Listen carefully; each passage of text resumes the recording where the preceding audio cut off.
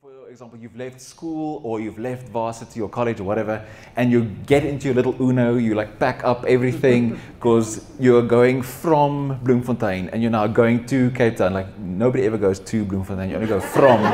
You go from and then you go, like you're going to go to Cape Town, this is going to happen, and you've got your Tweeplaat stoof and everything in the back, and you go, and that whole trip is this in-between space. You've left the old, it's never going to be the same again. But you've not yet arrived at the new. You don't know what it's going to be like. And then on a more personal level, like it's when somebody that's really close to you, like a spouse or a family member or a close friend passes away. So that exact moment, from that exact moment that you hear the news so that this person has passed away, and then all the way up until the funeral is finished or the memorial service is finished, nobody's bringing flowers anymore, nobody's sending messages anymore, nobody's coming to visit anymore. That whole time is this kind of in-between space. And this space is called a liminal space. The word liminal in Latin, it means threshold, like a doorway. You're standing in a doorway. So even the Native Americans have a term for this. They call it crazy time. And they recognize it. So when somebody, for example, their spouse has passed away, they recognize that this person is now in crazy time. It's a proper thing. And this space is super insanely valuable. And we miss it most of the time. So here's another example. In this picture, you cannot see who is who. You cannot see who's rich and who's poor. It's even difficult to tell gender. It's very difficult to tell race. You cannot see who is a high-powered lawyer and who is a janitor. Because that's exactly what liminal space does. It rips out all the rules. And it breaks down all the old hierarchies. And it throws down all the old stereotypes. And it's an equalizer. It makes everything flat again. This, by the way, was taken just after 9/11 when the buildings came down, which is a perfect example of what liminal space is. And that event threw the whole world, and still to some extent, into a liminal space, into this chaos, because you don't know what the world is going to look like after this.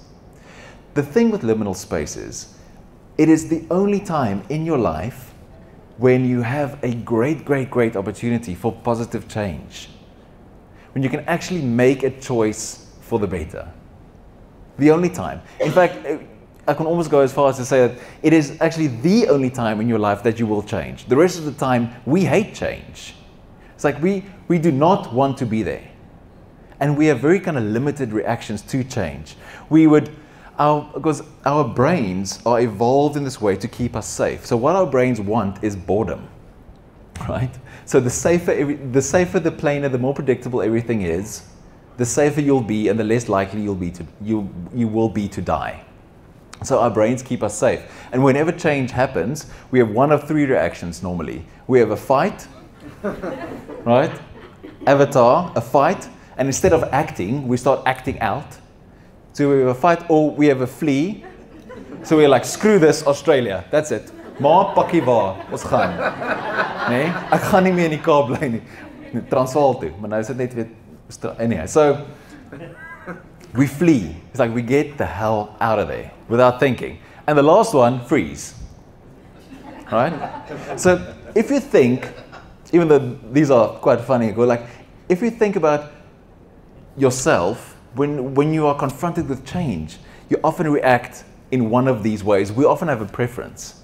You either start fighting, like there's no tomorrow, or you flee and you run and you just get the hell out. You're like, I'm going to get a real job. I'm done with eventing. I'm not doing this anymore. No more carnations for me. It's done. Or you just freeze and you don't know what to do. And it's so often, even in my like personal life, I would say that often when something traumatic happens to me, I tend to freeze up. And it would like freeze for like a couple of months before I get the motivation, everything to start moving again. And you see that so often with people, right? When a relationship ends badly, they just freeze.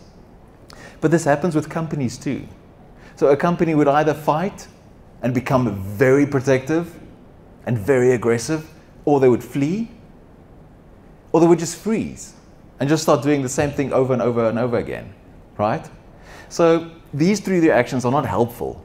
The problem is we're sitting with this lizard brain, like we at the back, that is teaching us these things or making us do these things, fighting, flighting, or freezing. But we don't live in caves anymore, so this is actually screwing us all the time. And so in the words of Dr. Phil, right, how's that working for you? Right? This fight, flight, or freeze.